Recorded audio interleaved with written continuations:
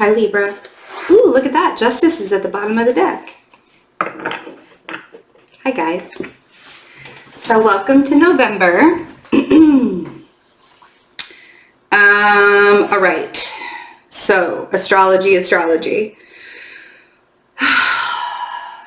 Everything is changing again.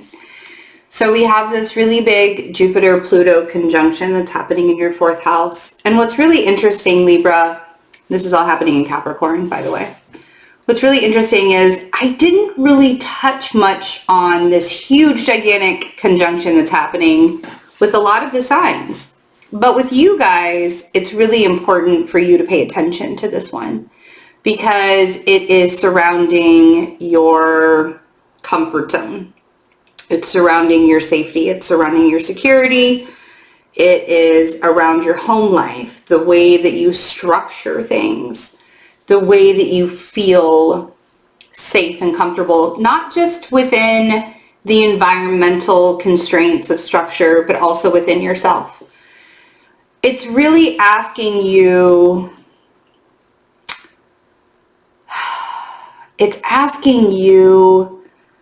to create your own home. Whatever that means for you. Whether that means it's inside, whether that means it's on the outside. But Jupiter is the planet of expansion. Pluto is the planet of change and transformation and the phoenix rising from the ashes. And there's a lot of power around this conjunction. And I think more than anything, especially because we have Venus and Mercury in Libra for half of November, Venus will be there until a little bit, about 3/4 of November. But, you know, the way that you really see yourself and the power struggles that you felt for the last year, and how Saturn, because Saturn is still there as well, and it's still restricting you from 100% feeling safe and secure within the constraints of your environment and your home life. So I feel like the lesson for November for you guys is to allow yourself to feel like know where your home really lies and know where it is that you feel really safe. And if that's a place, then manifest that place. But the only way that you're going to be able to manifest that place is if you're embodying it within yourself. There's a manifestation course that I'm teaching, a workshop that I'm teaching on November 14th, which is actually 2 days after the conjunction.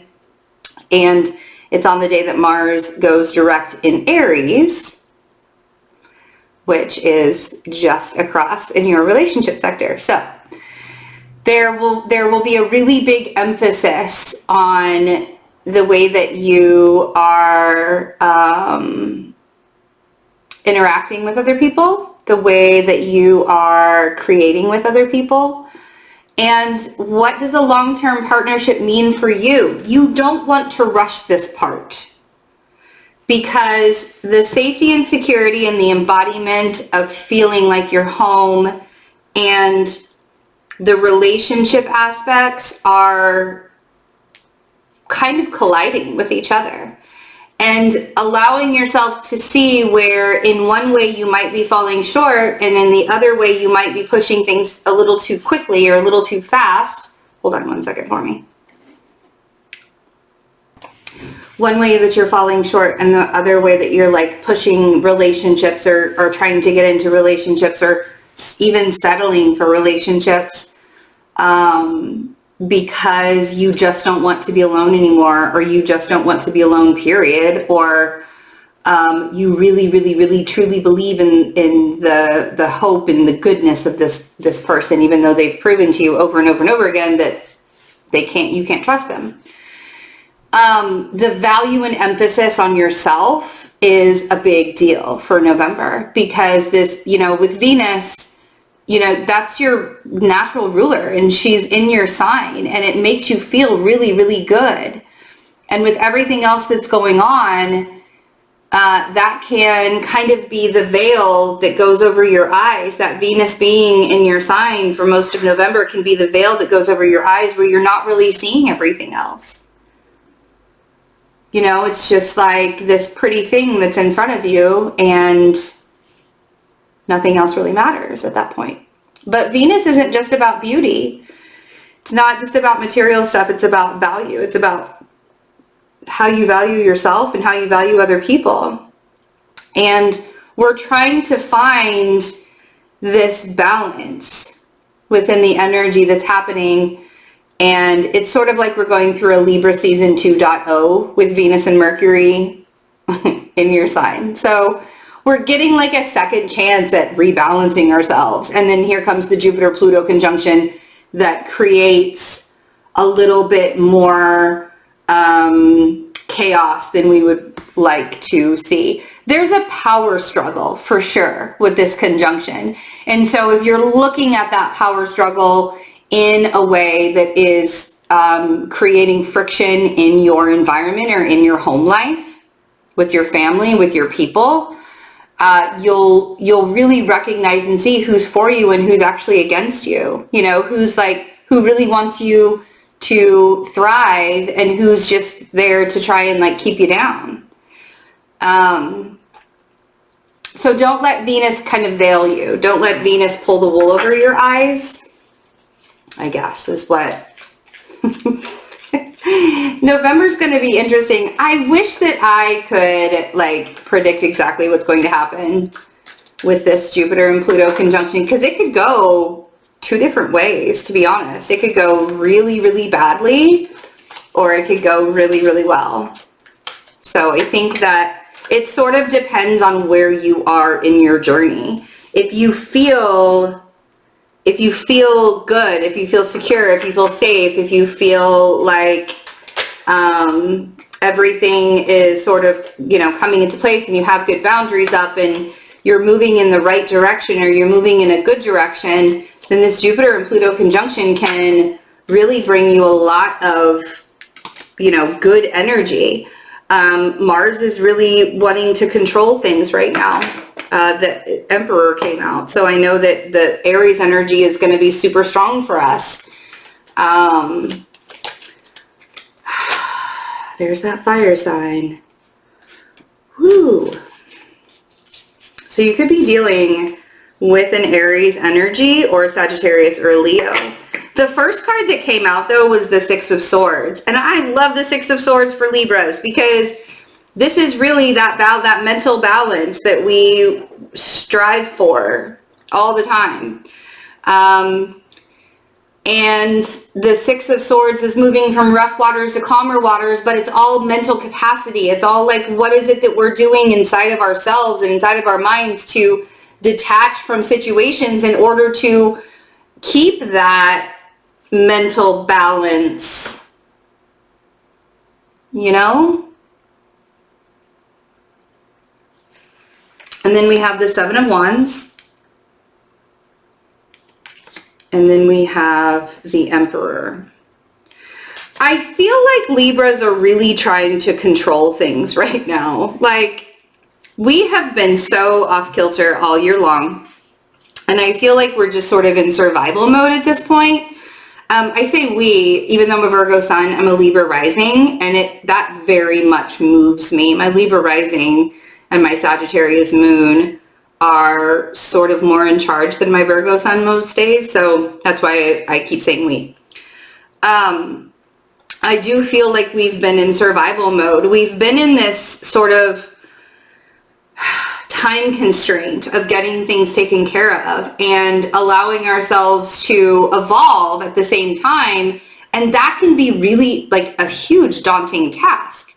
So setting your personal boundaries, not even just with other people, but you know, I mean, if you're setting boundaries for other people and you're not upholding those boundaries for yourself, it's very difficult to be like, but I have to have boundaries, you know, I have these boundaries set up and you can't treat me that way and da-da-da-da-da. But then this person's like, but you just treated yourself that way. So, you know, and I feel like Libras, we're moving into a better energetic state. And I feel like this year, because we had to shift so dramatically so many times this year, it's almost as if like nothing could phase us at this point as long as we have those boundaries up. And it could be that you need boundaries with an Aries.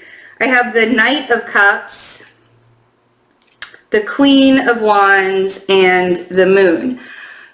It also could be that you have such amazing, healthy, loving boundaries for yourself and for other people that now you have a new prospect showing up in your life. For those of you that are single, it could be that you're either getting an apology from somebody or somebody is approaching you. I'm not sure that you actually would know who this person is, this Moon, or it could be that that eclipse season, because we're going to be moving into eclipse season as we go into November as well. The eclipse season is going to reveal something for you. It also could have been that the Aries full moon revealed something pretty big to you, sort of like an aha moment on October 1st. And then we have this Taurus full moon that's actually happening tomorrow, because I'm doing your reading on the 30th. But we have the Taurus full moon that's happening, and that Taurus full moon is setting the stage. You know, Taurus is in the 8th house, and it's setting the stage for everything that's happening in November. And because it is, because this full moon is going to be conjunct Uranus, it's like nothing, like anything can happen. Nothing is certain, nothing is promised, anything can happen. Changes can occur just like that. So being that you have these boundaries up and allowing yourself to just sort of accept that the flow of the energy is where it's at right now, that's probably going to be something that's much easier to move along on. Let's see what the Six of Swords is. Damn, baby. Okay. I am not mad at that. Seven of Wands. Okay. Oh. All right. Okay. So we have the Magician on the Six of Swords. And this is exactly what I'm talking about. Man, when a Libra's in balance, they can do anything. And it's the mental balance. It's the mental capacity. It's the mental balance. And you can manifest anything. And if you don't believe me, come join me in that workshop. I will show you how to do it. Because that's all I've done all year, is manifest my life. Down to details.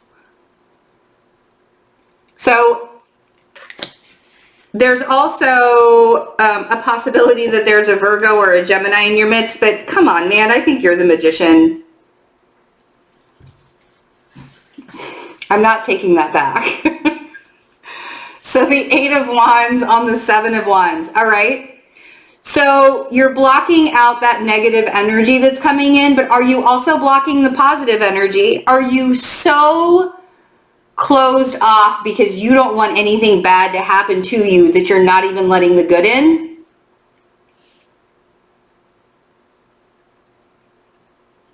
I might have just called myself out on that as well.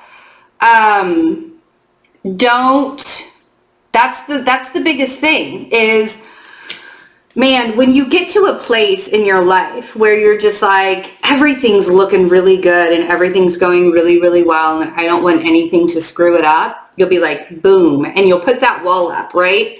And you don't want anything to screw it up. And so you're even blocking out the blessings. You're not even just blocking the negative stuff, but you're also, so make sure those boundaries that you're putting up are healthy, loving boundaries. And that means that you're still vulnerable enough to receive, okay? Because sometimes we're so good at giving. We give and give and give and give and give. And when somebody gives back to us, we aren't paying attention. and I'll tell you this story real quick. I realized something as I moved into a new house just a week ago, actually. And it was less than a week ago that I moved in. And as I was unpacking, I found some things that somebody had given to me like 3 years ago. And I was in such a state of distress back then. And my focus was so much in everything negative that was happening in my life that I didn't even pay attention to the positive stuff that was going on. I didn't pay attention to I wasn't very receptive. I didn't receive things very well.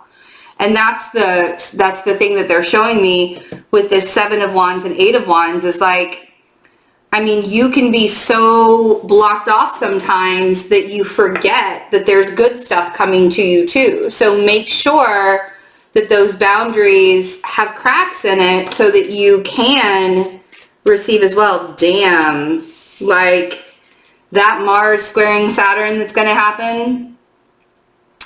And I think the Mars squaring Saturn happens in December, right before Saturn goes into Aquarius. But we're going to feel the effects of it. So we have the Devil. Again, don't try and control the lesson.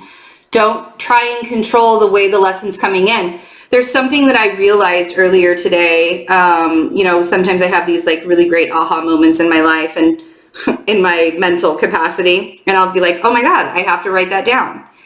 And the thing that I realized today was that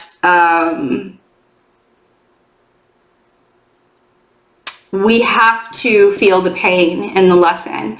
We have to feel the heartache. We have to feel the difficult parts, because if we don't feel that pain, if we don't feel those difficult parts, then what's stopping us from not repeating that? What's stopping us from allowing ourselves to go backwards and do the lesson all over again? Nothing is stopping us. If we don't feel the pain of it, nothing is stopping us. So people complain all the time about, I'm so tired of these lessons and I'm so tired of having to learn things and I'm exhausted and I'm in pain and it hurts and it's not fun. It's not, lessons aren't supposed to be fun. Life isn't just supposed to be a big joy ride. Life is about the purpose that you came into this lifetime to learn and to strive for. And I guarantee you that it was not an easy path to get me to where I am today. Not easy at all. But I am blessed beyond measure. And the reason why I'm blessed beyond measure is because I learned my lessons. And I refuse to go back and learn them again because it was so painful. And so when we feel that pain and when we feel that heartache, that's the red flag. That's the thing that we say. And it could be that there's a Capricorn in your life where you keep on wondering about,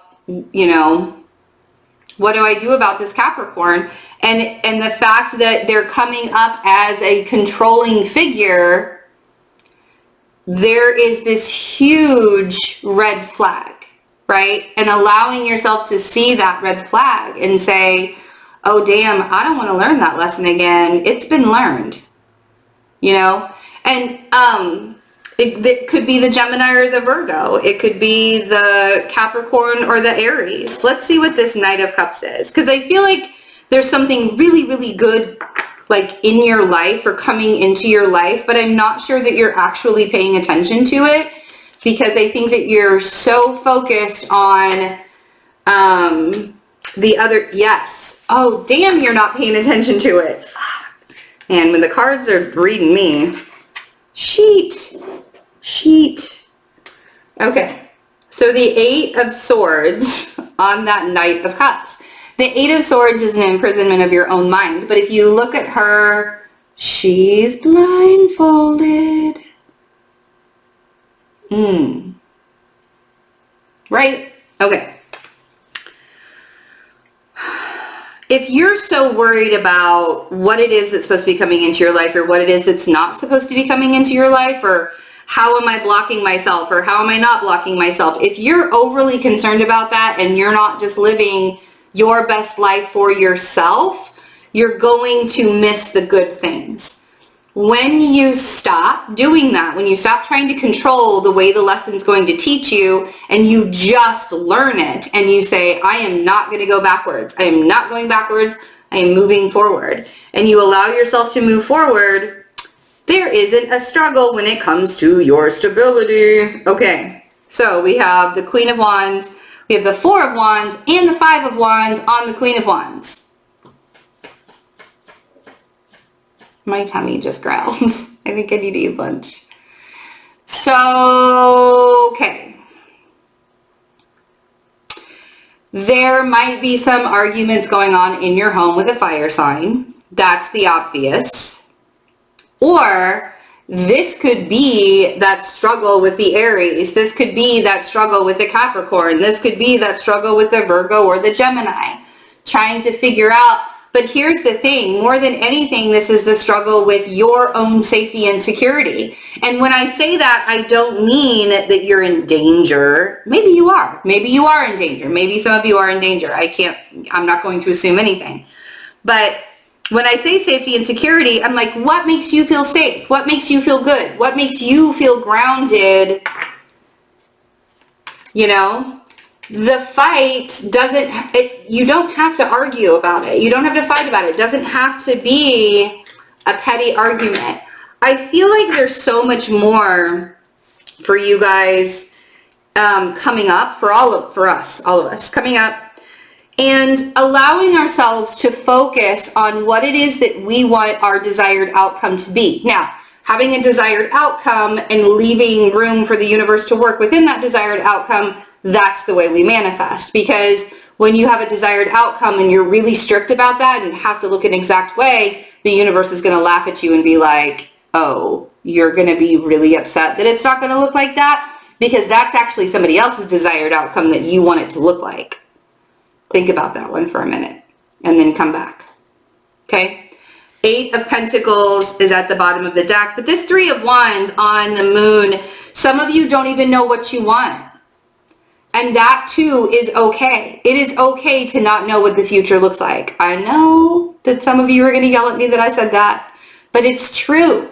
It is okay to not know what the future looks like. It is okay to not know what your next step is supposed to be. It is okay for you to just sit in this moment and exist without constantly trying to find something else to create or to make or to become.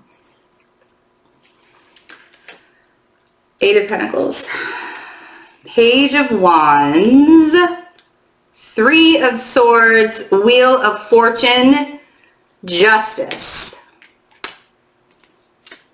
I do feel like there is a conversation around money that's going to be happening. Now, if you keep your head down and you do what you're supposed to do and you make sure you're taking the steps and you're not skipping the steps, money looks really good. I don't think you guys have to worry about money right now. I think it's actually doing pretty well. If you are concerned about money, I do think it's going to get better, okay? I think that things are shifting with this Three of Swords. Where it once was that you were really broken and hurt in the past, you're starting to recognize and see that there really are people out there that care about you. And maybe even shockingly care about you more than you would think. Or more than you want to accept. Because maybe it's not desirable. Maybe it's not what you think it's supposed to look like. Again, it happened again. I don't know if you guys can hear that. My stomach growled again. But when we allow ourselves to see more of the future than what we expect of it, balance. Right? Justice and security. Nine of Pentacles. Don't lie to yourselves that it can't happen. Five of Swords is like lying to yourself that it's not going to happen. Don't lie to yourself that it can't happen, because you've already proven to yourself that it can. Life can show up for you in a lot of really strange ways out of the blue without you even realizing that it's happening.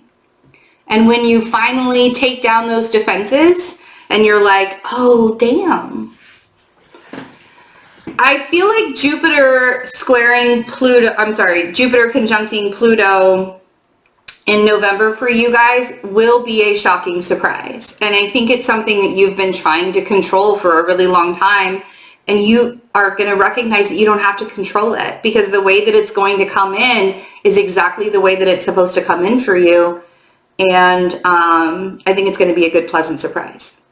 We'll see. I love you guys. I do have some 6-month readings available still, a couple of spots, like maybe 3 or 4. You also get the pre-order, you also get December with the pre-order. So if you want to get your January through June 2021, you'll also get December. As I say that to you, and then I'm like, but you don't need to know what the future brings. Yeah, that's cute. The Manifesting Your Life, that's all in the description box below. You can register for the Manifesting Your Life if you just go to the workshops and like go directly to my scheduler. I'll have my new website up and running after Mercury retrograde. This was my lesson from last Mercury retrograde. I switched websites last year during Mercury retrograde, in Pisces season in 2019, and it was a huge disaster. So I'm not doing that again. I'm waiting. So you can go directly to my scheduler. What else? I think that's it. Oh, come join us in the memberships. You have a lot of access to me, and you get so many more readings. So you get like daily energy readings. We talk about astrology and we do tarot, and you get mid-month love and life readings too. Okay, I've jabbered on long enough. I love you guys. Have a wonderful November, and I will see you soon. Bye.